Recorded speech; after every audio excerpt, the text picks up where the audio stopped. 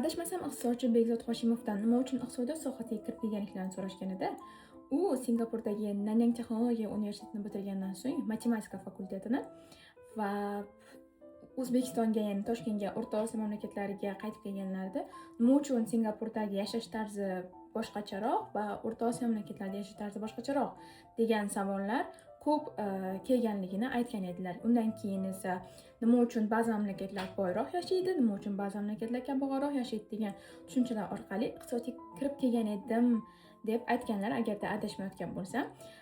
Va meni ham xuddi shunday iqtisodiyotga kirib kelishim maktab davrlarimda, kichkina sinf paytlarimda chet el kinolarini ko'rib bo'lgan, ya'ni qaysidir maktab Amerika yoki Yevropa qanaqadir kinolarni ko'rayotganimda, maktab sahnalaridan olinayotganda maktabdagi hojatxonalar yoki bo'lmasa ertalab maktabga borgandan keyin hammani o'zini shkafchiga bo'lishi va shkafiga narsa solib qanaqadir o'rtog'i bilan gaplashayotganda yoki bo'lmasa qanaqadir tortishayotganda ularni shkaflari oldida bo'lishi, undan keyin tushlik paytida oshxonaga tushib hamma o'zi tushlik olishi.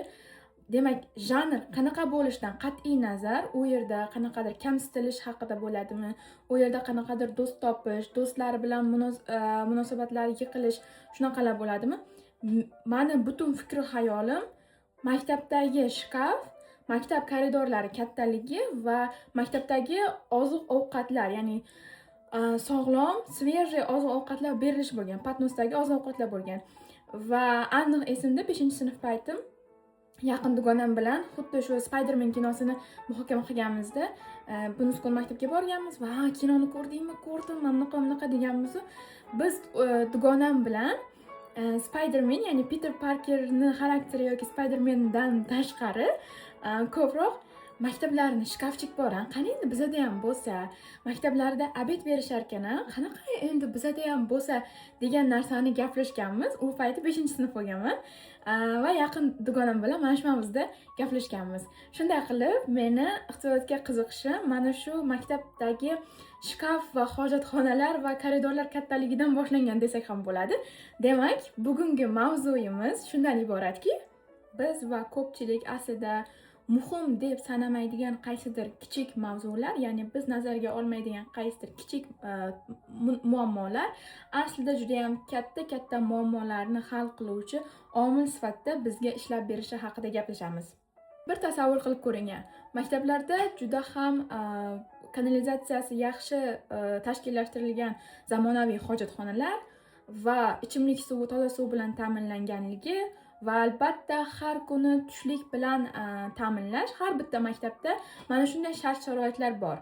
Va siz o'ylaysizki, bunday shart-sharoitlar faqatgina sog'lom, o'zini erkin his qiladigan, qanaqadir o'zini yaxshi his qiladigan bolalarni yetishtirib chiqaradi deb o'ylasangiz, ozroq adashgan bo'lasiz.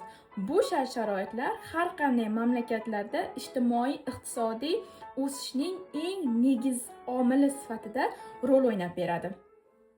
2023-2024 yillarda poytaxtda prezident qarori bilan O'zbekistondagi ta'lim tizimini yana ham islohot qilish chora-tadbirlari to'g'risidagi qonunga asosan bir nechta loyihalar va konferensiyalar tashkil etildi. Bularning asosiy tashkilotchilari O'zbekiston Respublikasidagi British Council, Quality Assurance Agency for Higher Education va Oliy ta'lim, fan va innovatsiyalar vazirligi va bir qator viloyatlardagi oliy ta'lim muassasalarining rektorlari, professorlari qatnashib, ko'plab izchil ravishda loyihalar amalga oshirildi. Mana shu tadbirda xuddi men kaminoy kamtarin Student Voice bo'lib qatnashganman, ya'ni har bir voqea hodisalarga o'z ko'zim bilan guvoh bo'lganman. O'shandagi tajribalarim va o'shanda bo'lib o'tgan suhbatlar haqida ozroq gapirib bermoqchiman.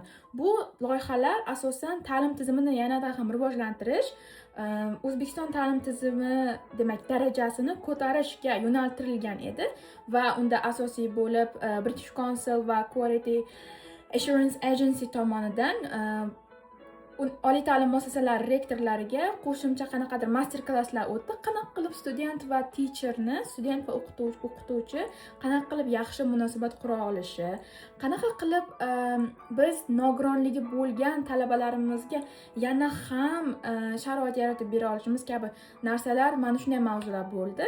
umuman olganda konferensiya va loyihalar juda ham chiroyli tarzda o'tdi. Tashkiliy ishlar juda ham zo'r, coffee breaklar, lunch, mana bunaqa narsalar juda ham zo'r bo'ldi.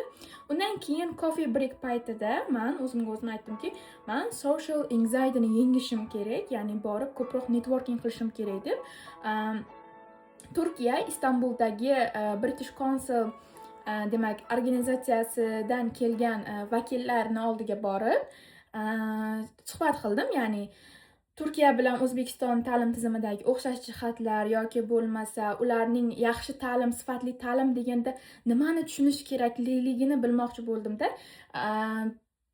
Britaniyadan kelgan mehmonlar bilan ham networking qilishga urindim va Istanbuldan kelgan mehmonlar bilan ham networking qilishga urindim va men so'radimki, shaxsan o'zingiz sifatli ta'lim tizimi deganda nimani tushunasiz desam, men umuman kutmagan javob bo'ldi.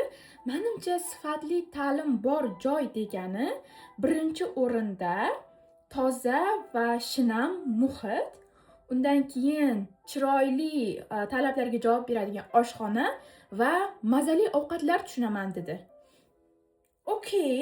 Okey, biz ta'lim tizimi haqida gaplashyapmiz. Nima uchun oziq-ovqatni bu yerga aloqasi bor ekan deb o'sha yerda hayron qoldim. Men o'ylardimki, qanaqadir kitobiy, qanaqadir tinmasdan dars qilish, bir kunda tinmasdan disiplina bilan 7-8 soat o'qish kerak, nimadirlar degan narsani aytadimi degandim. Lekin bizda nima deyishdi? Yorug' va shinamxona, toza atmosfera va mazali ovqatlar bo'lish kerak ekan, sifatli ta'lim bor joyda. Va o'sha payti bu mavzuni tub ma'nosini unchalik tushunmadimki, keyinchalik tushunib yetdim. Ya'ni 2023-2024-yillardan keyin bizda darsliklar o'zgarib ketdi, bizda chet eldan andozalari, namunalari ostida juda ham kitoblarimiz o'zgarib ketdi va hozirgi kunda ham o'quvchilarga qiyin va o'qituvchilarga ham qiyin bo'lgan qandaydir sistema holatiga kelib qoldik va ijtimoiy tarmoqlarda ko'p ko'rishimiz mumkinki, hozirgi darsliklarda, hozirgi holatdan o'quvchi ham o'zini diskomfort his qilyapti. Ya'ni nima uchun?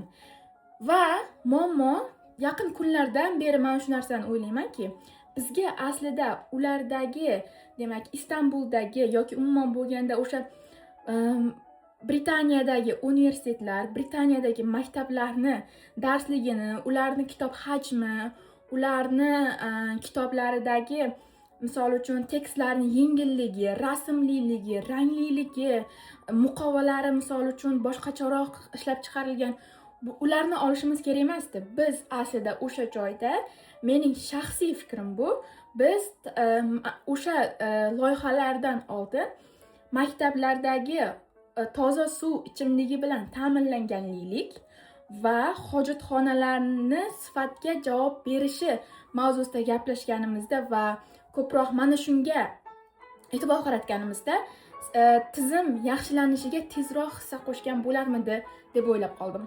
Ya'ni umumiy yana science-ga qaraydigan bo'lsak, ilmiy faktlarga qaraydigan bo'lsak, inson miyasi agarda inson tanamizda suv miqdori 1% ham kamaysa, ya'ni biz suv juda ham chanqab ketmagan holatdamiz-ku, lekin biz suv ichishimiz kerak bo'lgan holatda suv ichmasak, bunda miya faoliyatiga keskin ta'sir qiladi. Ya'ni qon tomirlar torayib, charchoq hissini beradi va insonda charchoq hissi yoki bo'lmasa depressiya holati yoki bo'lmasa qanaqadir miyaga kislorod yetib bormasligi mana bunaqa oqibatlarda esa inson miyasi bir narsaga umuman fokus qarata olmaydi va xotira susayishi kuzatiladi. Ya'ni darsxonada tasavvur qiling, yetarlicha suv ichmagan, yetarlicha ovqatlanmagan bolalar, ayniqsa toza havo aylanmaydigan, toza ventilyatsiya tizimi yaxshi bo'lmagan xonada o'tirishsa, u bola shunchaki qo'lini partaga qo'yib aqli bola bo'lib o'tirishi mumkin, молодец bola bo'lib shovqin qilmasdan o'tirishi mumkin, lekin uni fokus qilish, bitta narsaga diqqatini jamlab qaratish va fikrlash, ya'ni cognitive thinking kabi mana bunaqa qobiliyatlari u bolada yaxshi ishlamaydi. Buni TikTokda o'tirganimda, ya'ni scrolling qilayotganimda bitta xitoylik ayol men qizimga box uchun nima tayyorlab beraman, snack uchun nima tayyorlab beraman deb box tayyorlayapti. Ya'ni maktablarda obed alohida bo'ladi, tushlik alohida bo'ladi va yana qo'shimcha bolalarning o'zi snack bo'ladi yonida. o'sha snackda sushi va bir nechta pechenyelar va bir narsalar qo'ydi. Undan keyin ichida bu videoni qaysidir o'zbek blogeri qo'yganmi, ijtimoiy tarmoqqa tushunmadim. Kommentlarni ko'pi o'zbekcha edi va shunaqa yozishganki, biz ekanda faqat bitta non solib ketardik maktabga yoki biz ekanda 1000 so'mga qanaqadir haligi sabzili hot-dog olib yerdik. Mana bunaqa narsalarni yozishgan. To'g'ri, oddiy bo'lib turib buni tushunsak bo'ladi, lekin mana shu narsa noto'g'ri aslida. Noto'g'riligini tan olishimiz kerak. U to'g'ri qilyapti. Maktabga to'liq ovqat olib borib, sog'lom, yaxshi pishgan, talablarga javob beradigan ovqat olib borib, to'g'ri qilyapti. Chunki ilmiy jihatdan qaraydigan bo'lsak, bolalar, ya'ni 17-18 yoshgacha asosiy vaqtini maktab yoshidagi bolalar bir kunda o'rtacha 2 litr, ya'ni ba'zida 8-9 yoshgacha bo'lganlar 1,8, 1,9 bo'lishi mumkin yoki o'g'il bolalar ko'proq bo'lishi mumkin. O'rtacha olganda 2 litr yoki 2,5 litrgacha suv iste'mol qilishlari kerak bir kunda. Va maktabda ularning asosiy kunining kattaroq qismi maktabda o'tadi va bir kunlik oziq-ovqatini deyarli 40%ni maktab paytida, maktabga to'g'ri kelayotgan vaqtda iste'mol qilish kerak. Agarda undan kech iste'mol qilsa, ya'ni bu insonning biologik tanasining rejimiga ta'sir qiladi va fikrlashiga, umuman olganda miya faoliyatini yaxshi ishlashiga, o'zini fokusini bir tarafga, bir joyga fokusini jamlashga, mana shu narsalarga juda ham katta ta'sir qiladi. Ya'ni maktabda haqiqatan ham hojatxonalar bo'lishi kerak, suv bo'lishi kerak va ovqat bo'lishi kerak. Bu bazaviy minimumlar. Va bolaligimizda esladik, men ko'p o'ylardimki, men maktabni yomon ko'raman derdim. Men maktabni juda ham yomon ko'raman derdim va bu meni o'zimni xarakterim deb tushunardim, lekin bu meni xarakterim emas. Men diskomfort holatda yomon ko'rgan ekanman. Ya'ni maktabdagi bullinglar, boshqa ma'naviy muammolarni chetga surib qo'yganingizda, maktabdagi fizически mavjud muammolar hojatxona bo'lgan. Ya'ni maktabimizdagi, sizni bilmadimki, men judayam oddiy maktabda o'qiganman. Mahallaning ichidagi tumanda joylashgan maktabda o'qiganman va maktab hojatxonasiga kirmaslikka harakat qilardik. Ya'ni u yer juda ham katastrofa holatda. U yerga kirsangiz yomon hid kiyimingizga o'tirib qolishi mumkin va yer hojatxonasi bo'lganligi uchun, oqova tizim bo'lmaganligi uchun juda ham gigiyenaga umuman javob bermaydi. Uni qurilish strukturasi ham, gigiyenasi ham, uni xavfsizlik nuqtai nazari ham hech narsaga javob bermasdi va hojatxonaga kirmaslikka harakat qilardik. Undan keyin hojatxonaga kirmaslik uchun esa umuman deyarli suv ham ichmay yurishga odatlanib qolgan. Ya'ni suv ichmaysiz, ovqatlanmaysiz, hojatxonaga bormasligingiz uchun. Bu bazaviy minimum. Ya'ni inson organizmi talab qiladigan, inson organizmi shu narsa bilan yashashga birinchi o'rinda yashashning maqsadi, yashashimiz uchun bizga havo, suv va oziq-ovqat kerak. Undan keyin u aqliy xotirjamlik, aqllilik undan keyin bo'ladi. Inson organizmi yaxshi funksiyada ishlab turishi uchun bazaviy minimum mana shu narsalargina kerak xolos. Ya'ni maktab davrida yomon ko'rmaganman, aslida diskomfort holatda yomon ko'rgan ekanman. Begut Hoshimov ko'plab mana shunaqa fikrlarni yozib o'tganki va men ham mana shularni eslab o'tishga harakat qilyapman hozir. Maktablarda, ya'ni umumiy UNESCOdagi statistikalarga qarasak, umumiy ochiq ma'lumotlarga qarasak, O'zbekiston Respublikasi hududida 20% gacha bo'lgan maktablarda suv bilan ta'minlanmaganlik holati uchraydi. Ya'ni kim 100 ta maktab bor deb oladigan bo'lsa, 20 ta maktabimizga suv yetib bormagan, ya'ni oqova suv bilan ta'minlanmagan. Lekin sizga yana bitta narsani aytib bermoqchimanki, statistikaning shaffofligi haqida gaplashamiz. Men bu qog'ozlardagi butun respublikadagi maktablarni ko'zim bilan ko'rganman deb ayta olmayman, lekin men o'zim aslida shu bitta viloyatimdan yoki tumandan gapiradigan bo'lsam, har bitta maktab deyarli bir xil holatda, ya'ni bitta hovlisida faqat bog' qismida bitta kran bo'ladi yoki hojatxonasi nariroqda bo'ladi va u kran ham ko'p o'chib qoladigan holatlar bo'ladi. Ya'ni bilmayman nimaga.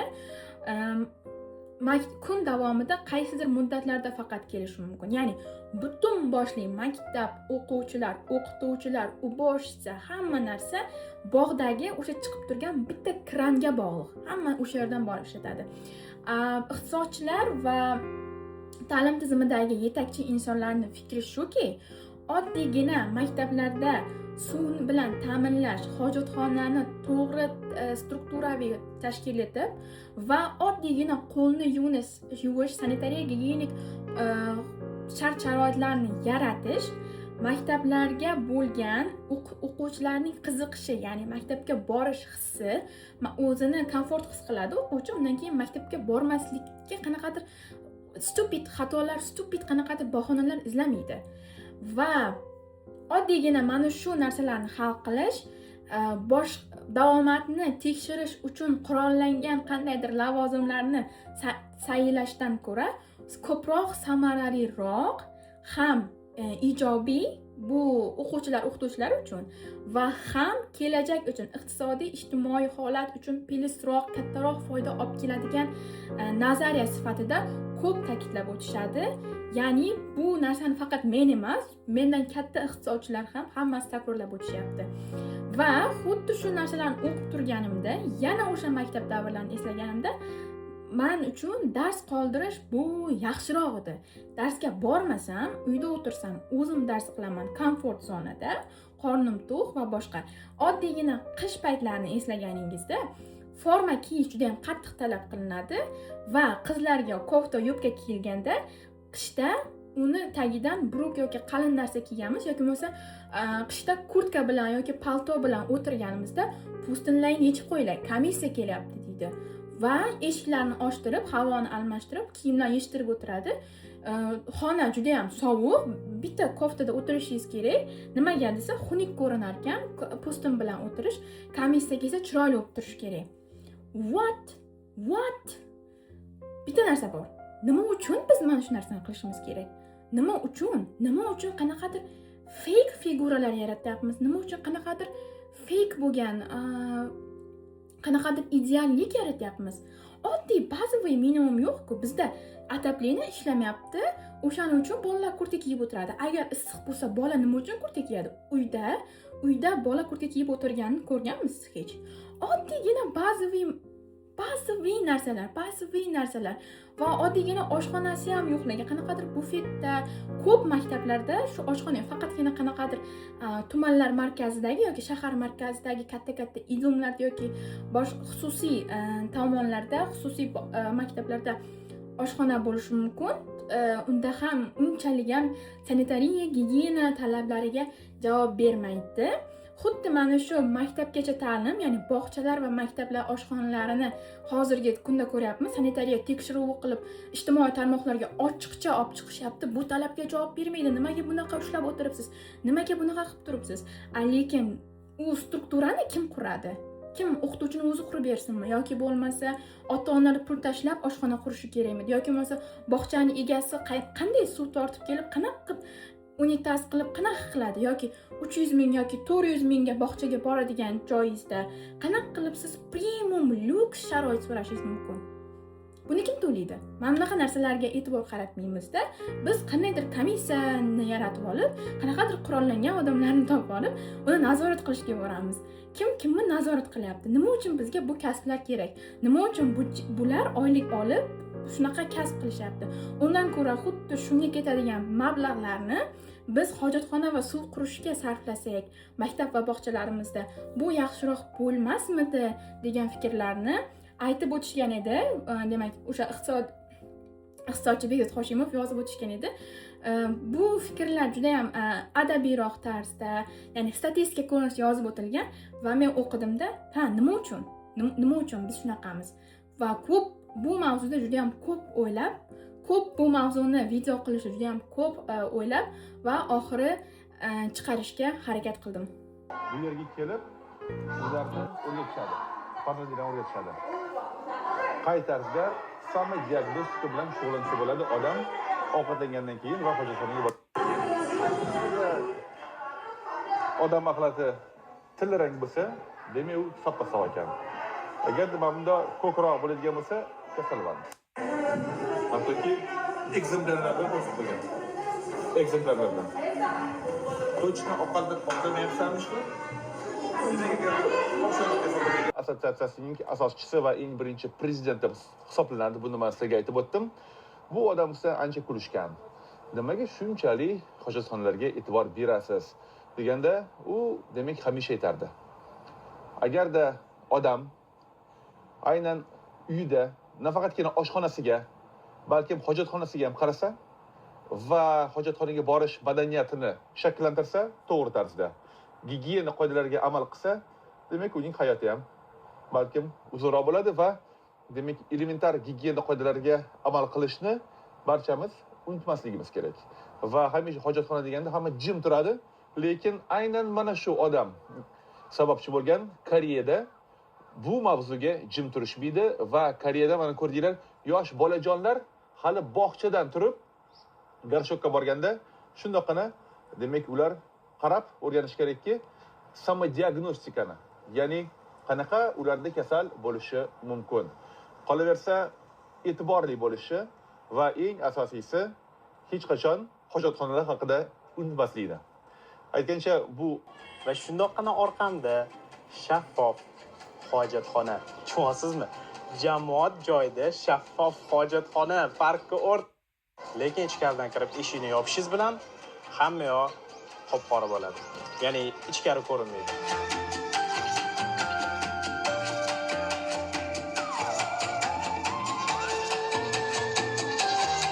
Va bu narsa bekorga qilinmagan. Yaponiya bu orqali insonlarning miyasida jamoat hojatxonalari haqida shakllanib qolgan stereotip fikrlarni o'zgartirmoqchi. Ya'ni jamoat hojatxonalari ham toza, ozoda va xavfsiz bo'lishi mumkin degan fikrni oldinga suryapti. Va 2 haftalik sayohatimiz davomida shu Yaponiyaning eng zo'r ixtirolaridan biri. Mana e'tibor beringlar. Unitazi tepasida smesitel joylashgan. Bunga siz qo'lingizni yuvib olasiz. Qo'lingizni yuvganingizdan keyin u suv unitazni yana yuvishga ishlatiladi. Ya'ni bitta suvni 2 marta ishlatish orqali u tejab qoladi. Helping them kind of understand what the options are those first couple weeks. And so if the students forget their pins on the computer, it's really easy to look it up. Most of the time by first name is all I need, and I can look them up, show them on the keypad how to do their number, and it's pretty painless for them. And just practicing their number at home whenever they can, just getting them comfortable with that number, helps them feel more successful getting to that lunch line. Teachers are really good about having their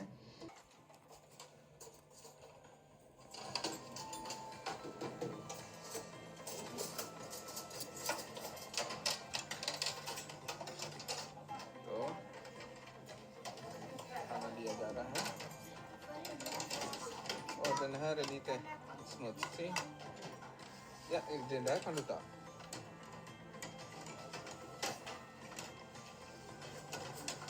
और ये चीज मैं बताने वाला था. अब देखिए बच्चे और अध्यापक सब लोग खाना खा रहे हैं आराम से. धन्यवाद.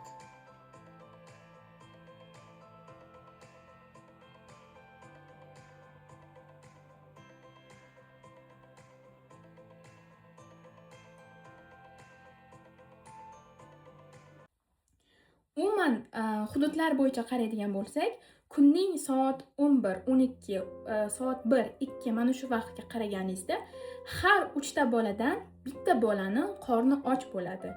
Har 4 ta boladan bittasida hojatxona muammosi, hojatxona yetishmovchiligi bo'ladi. Va mana shunday holatlarda yoki bo'lmasa qishki paytni oladigan bo'lsak, qishki paytda mayli ularni kiyim-kechagi, ularni qanday uyidagi sharoitlar, ularni hisobga olmasdan maktab haqida olsangiz, necha yuzlab maktablar va necha yuzlab sinfxonalar shunchaki sovuq bo'ladi va o'tirib insondan chiqayotgan o'sha karbonat angidrid hisobiga havo issiqroq bo'ladi, lekin havo yo'q bo'ladi u sinfxonada. Mana shu narsalar bor bo'layotgan, mana bunaqa muammolarimiz bor bo'layotgan bir paytda biz o'quvchilarni formasini chiroyliligi, oqligi, ko'kligi va umuman olganda sochini santimetr bilan o'lchab, qada soching necha santimetr bo'pti deyish yoki mana shunaqa qanaqadir crazy muammolarni davlat darajasiga chiqarib o'tirishimiz bu aql bovar qilmas qanaqadir katta xato sifatida ko'rinadi. Ya'ni biz juda ham ko'plab loyihalar amalga oshirishimiz mumkin. Xohlasangiz Finlandiya ta'lim tizimini olasiz. Olib bo'ldik albatta. Finlandiya ta'lim tizimidan namuna olamiz. Buyuk Britaniya ta'lim tizimidan namuna olamiz. Yaponiya ta'lim tizimidan namuna olamiz. Marsdan namuna olamiz deyishimiz mumkin. Lekin Yaponiyada ham, Germaniyada ham, Finlandiyada ham, Britaniyada ham hojatxonalar tizimli ravishda qurilgan. Maktablar katta, koridorlar katta. O'quvchilar sumkasiga maktab darsliklarini olib borishmaydi. O'quvchilarning o'zlarining shkafi bor. O'sha darsliklar turishadi. O'quvchilarning sumkasida faqatgina suv, ya'ni bottle bo'ladi, suv idishi, snack box bo'ladi. Ya'ni o'zi tushlik ham yeyishadi va qolgan paytlarda tanaffusda snack qilish uchun snack box bo'lishadi. Qanaqadir bitta daftar bo'lishi mumkin qo'shimchasiga. Sumkasida mana shu bo'ladi. Bizni maktabdagi borayotgan o'quvchilarimiz qancha narsa ko'tarib borishyapti? Necha kilo narsa ko'tarib borishyapti? Ularning jismoniy rivojlanishiga juda ham katta ta'sir qiladi bu narsa.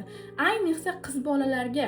Qiz bolalar misol uchun 11-12 yoshgacha o'zlari aslida 25, 27 nari borsa 30 kilo bo'lishi mumkin. O'rtacha hisob olganimizda. Va ular ko'tarayotgan narsa 7-8 kilo narsa ko'tarib borishyapti. Va buni izchil ham stressli fokusdan charchab, yo'lda charchaydi. O'zi aksariyat bolalarimiz piyoda borib kelishadi maktabga va o'sha og'ir narsani ko'tarib borib kelishadi. Va bu bolalar faqatgina davomat kimga kerak?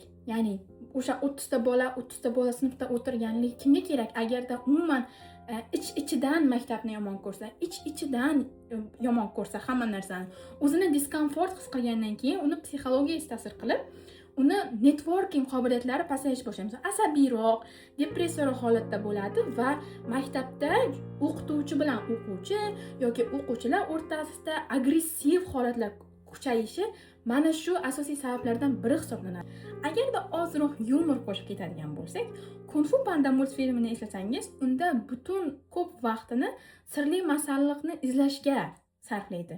Ya'ni oxirida shuni tushunib yetishadiki, sirli masalliqning o'zi yo'q. Sirli masalliq o'zi yo'q narsa. U yo'q. O'zimizdagi kamchiliklarimizni, mana shunaqa kamchiligimiz bor deb mediada ochiq munozaralarga qo'yishimiz kerak va qanday qilib o'sha muammoni hal qilamiz? Budjetdan qancha ajratilyapti? Qanaqa qilinyapti? Ya'ni muammoni hal qilish uchun yana qo'shimcha qanaqadir muammolar yaratib olmasdan budjet bormi yoki bo'lmasa rostdan ham hal qilmoqchimisiz? Qo'shimcha yangi narsani shunday olib kelib qo'shirib qo'ymasdan yoki o'rnashtirib qo'ymasdan o'sha turgan muammoni boricha, muammomiz bor, bizda yaxshi natijalarimiz yaxshi bo'lmayapti, PISA natijalaridan yaxshi natija ola olmadik. Nima uchun ola olmadik? Ketdik yaponlardan so'raymiz, ketdik finlanddan so'raymiz, ketdik nemislardan so'raymiz emas. Bizdagi muammomiz mana shunaqa muammolarimiz bor deb tortinmasdan, qo'rqmasdan yozib, o'shani hal qilsak, yaqin 1-2-3 umuman yaqin tez fursatda menimcha kimnidir andozasini olganimizdan ko'ra ko'proq yaxshiroq natijaga erisha olamiz degan umiddaman. E'tiboringiz uchun rahmat. Videolarimiz davomiy bo'lishi uchun albatta qo'llab-quvvatlashni unutmang. Do'stlaringiz bilan ulashing va like bosing, obuna bo'ling va albatta agarda sizda yana qandaydir suhbatlashish kerak bo'lgan munozaralarga sabab bo'ladigan qandaydir mavzu bo'lsa, iqtisodiy, ijtimoiy doirada albatta kommentariyaga yozib keting va video haqidagi fikringizni ham ulashing. Albatta sizning fikringiz biz uchun juda ham muhimdir. E'tiboringiz uchun kattakon rahmat. Har doim sog'likda va omonlikda bo'lishingizni tilab qolaman.